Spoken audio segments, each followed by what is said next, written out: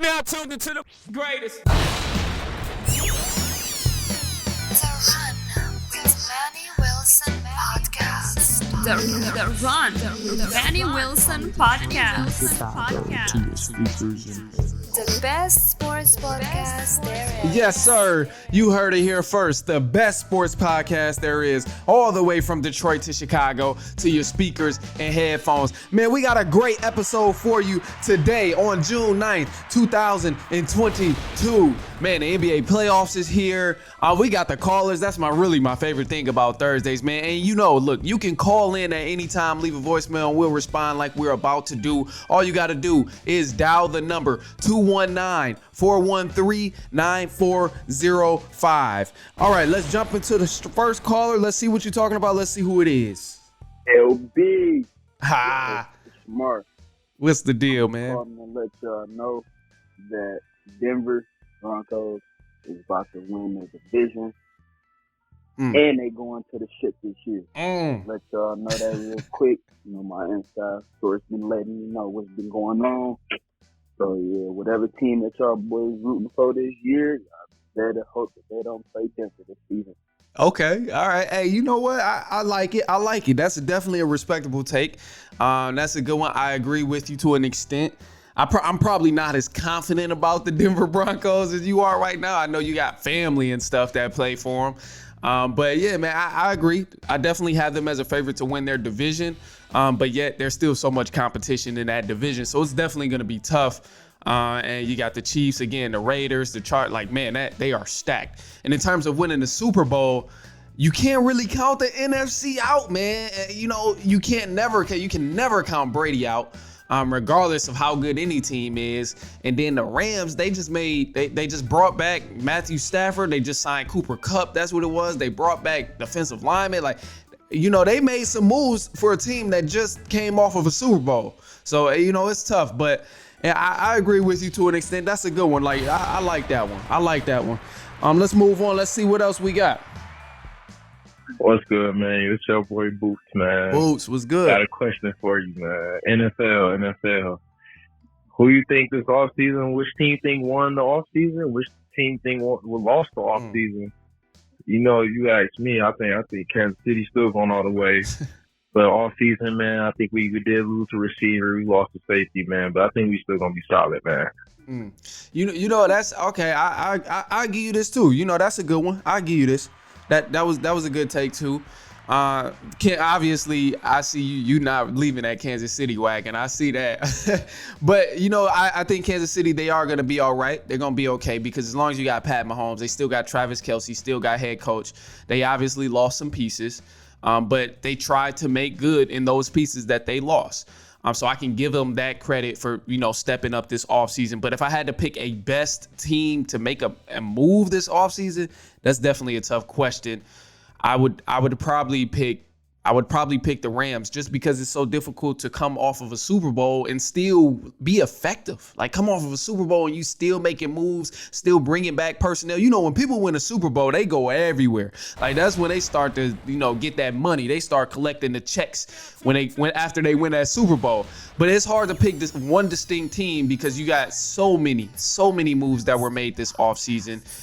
Again, the Raiders, the Broncos, the Chargers, like, so all of them, the Rams, even Tampa Bay bringing Brady back, like Dolphins, Saints. It's so many teams. So you can't really go wrong picking which team made the best move. It's really going to determine. It's going to be determined this season. It's going to be determined this season. And as far as the worst move, I can't even get that to a team. It's so many good teams out here. I think the only way you would know a team made the worst move is if they're your personal favorite team or if they didn't make any moves. That was the teams that didn't make any moves are the losing teams for this season. I put it that way. But no, that's a good one. That's a good one, Boost. I like that. That was a good one. All right, let's see what we got on this last one. With this third and last. This is Vinny calling from Michigan. What up, the Run Podcast? But one thing I want to say, man, I just got real trouble for the Warriors, man. Like, it's only Steph Curry cooking.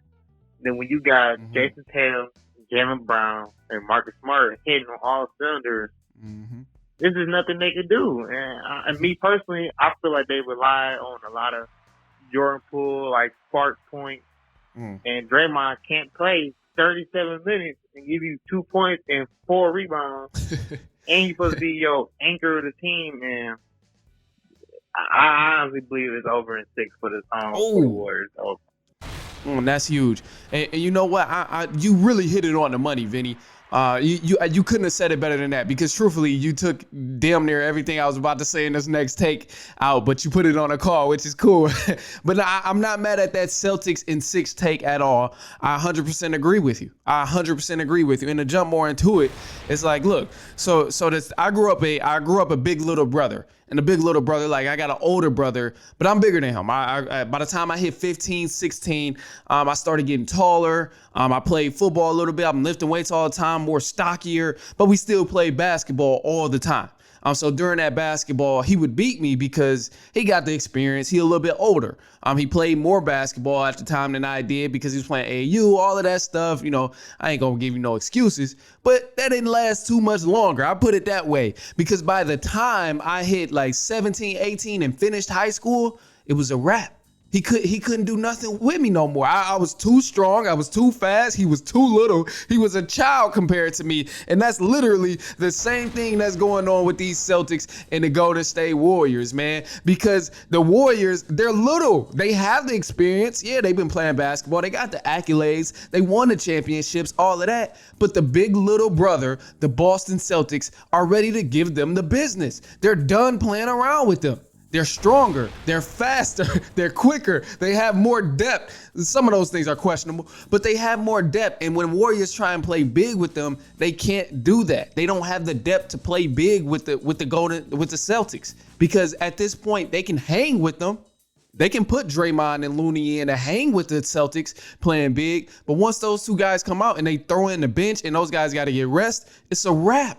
It's a wrap. And you peep. Notice within these games, man, you still see the Celtics doing their thing. They can continue to play big even when they put the bench in the game. That's what makes them so dangerous.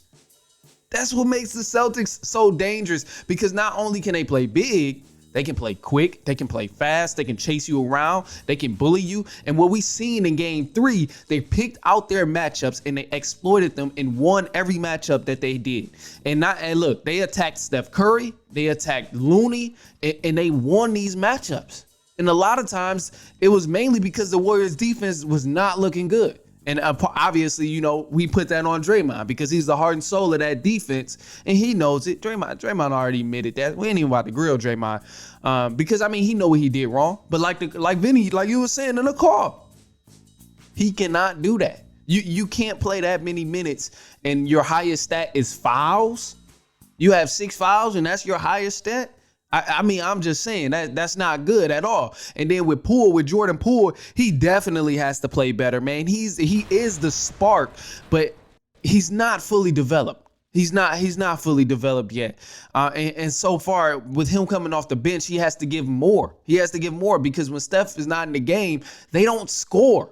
We seen Clay step up a little bit in game 3, and he held it down, but still, it's not enough, especially when the Celtics are playing good basketball as they did in game 3. They played absolutely amazing. It was only one true turnover in the fourth quarter of that closeout game in game 3. Like that was absolutely great basketball. And I'm watching this and I'm like, you know, okay, I'm going for the Warriors. I want them to win, but damn. Like, the Celtics are just a great team, man. The Celtics are a great team. They literally are very, very versatile, and they can play and beat you in so many different ways. That's the crazy part about this Celtics team. So I'm not upset at all that you went with the Celtics in 6, or that you're persuaded that the Celtics may win in 6. I'm not too far away from being convinced that they will win in 6.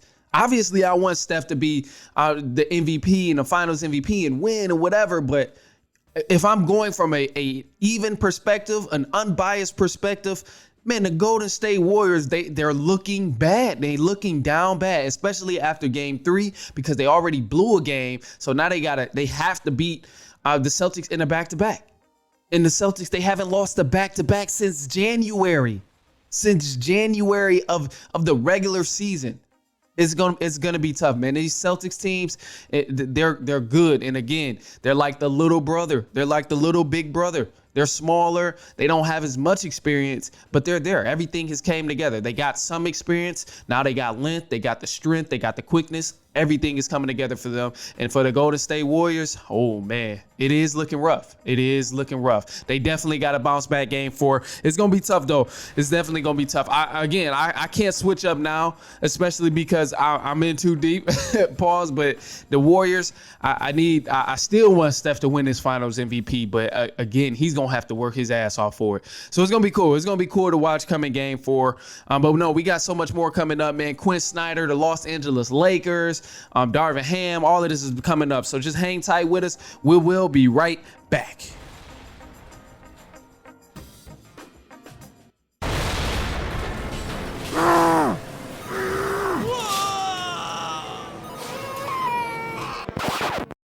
Now, you know, just because you're busy doesn't mean you got to be stressed. I'm crazy busy right there with you, but it can be easier. Next time you're on a run, just make it more fun and listen to The Run with Manny Wilson. It's The Run with Manny Wilson podcast. Let me get to it. That motivation music. Get control of your life. Don't let nobody else do it. Now tuned into the greatest. The Run with Manny Wilson podcast. The Run with Manny Wilson podcast. The best sports podcast there is. Yes, sir. Welcome back to The Run with me, Manny Wilson. We got some news for you today on June 9th, 2022. So, Quinn Snyder, he's now the former head coach of the Utah Jazz, but he resigned from coaching with the Utah Jazz. And we don't know right now if it's the motive of Donovan Mitchell and Rudy Gobert wanting to part ways, but in his resigning statement, he said it had absolutely nothing to do with that. It was just time for them to go in a different direction and to find a new leader for the team. The Los Angeles Lakers, they hire former NBA champion Rasheed Wallace as an assistant to the staff for the team. And I think that's a great pickup right there, actually, because, man, Rasheed, he adds some toughness to the Lakers organization, the Lakers team, and all of that, man. So I'm excited to see. And then also, too, we got Darvin Ham. He mentioned something about Russell Westbrook because there's a lot of doubts about the personnel of the Lakers. Many people didn't think it was absolutely or necessarily the coaching that needed to change. They thought it was the personnel and deemed Westbrook. Westbrook was the main motive and the main thing they were talking about when they were saying this team needs to change something. So Darvin Ham, he had a few words to say about Westbrook when he was asked at the press conference. Here they are. Don't get it messed up. Russ is one of the best players our league has ever seen. And there's still a ton left in that tank. I don't know why people tend to try to write him off. I'm going to approach him like I do every player I've ever encountered. We're going to talk about our running habits with the ball, without the ball. And again, the team, the rhythm of the team and trying to establish a rhythm with LeBron, Russ, AD. Don't get it messed up. So those were his statements regarding Russell Westbrook after the reporter asked about him. And I 100% agree. I think the main struggle here with the Lakers was that they did not have structure. I don't think they had any structure at all when you look at last season. Obviously, you had Russ, Bron, AD. AD was out. But despite those obvious concerns of health and other things that may have happened that were uncontrollable, the things they could control was structure. That was the only thing I may have doubted with Luke Walton, because getting Westbrook, he's a player that needs some sort of structure if you're going to play with LeBron. LeBron has never played in any system that did not have some type of structure. Even if that was just simply him running the show every play or him driving and kicking every play, that's still some sort of structure. But as Russ with your point guard, he's a point guard that's played in many different areas, and his type of game is fast paced all the time. It's his pace rather than a structured game of how they're going to play. So that's something I think Darvin Ham is actually going to be huge at and can probably make a big difference. But there's no doubt that Westbrook still has many things left in the tank. This guy's a walking triple-double. We can't easily just forget that he's been that effective in the NBA for so many times. There's guys who play in the league and don't even put up one triple-double the entire season or the entire career, better yet. So there's no doubt in my mind that Westbrook, he can potentially make this team better, and they can find a game plan. But as of me and thinking of one, I can't think of a game plan that can work because Russ is not a slow it down type of player. He's a fast paced type of guy all the time, full throttle. And when you got AD who needs the ball, Bron who needs the ball, he wants to play off ball, but it's going to be tough when you have a point guard that's been having a tough time to slow his game down since he's been in the league. That's ultimately what it comes down to. He's played with multiple coaches and not bad coaches, great coaches. I guess that's my concern. I guess that's my concern is what if this doesn't work again? Do you really believe that you're the first coach to tell Westbrook to slow his game down? It's more so going to be, and if he can be effective in trying to get him to slow his game down and balance it out. That's what it's all about. Not even about slowing the game down. Don't play fast. Don't play hard. But the balance, that's what Westbrook needs, especially playing with LeBron and AD on his offense, is going to be huge. But hopefully he can establish some sort of structure. That's what I think is going to come down to, man. But other than that, I greatly appreciate you hanging for me and hanging with me today, man. Be sure to share this with your little brother, your older brother, your older cousin, your aunties, your uncle. Share this with everybody you want, man. And feel free. You can always give us a call and leave a voicemail. Let us know what you're thinking. Give us a comment on one of the takes that we had. Just dial 219-413-9405. 219-413-9405. And be sure to follow us on Instagram at The Run Podcast and my personal Instagram as well at I am Manny Wilson. We always do the post-game recaps and we're always dropping the clips and everything else that goes down. But no, I appreciate you hanging with me and I'll see you guys next week and so on and so on and so on.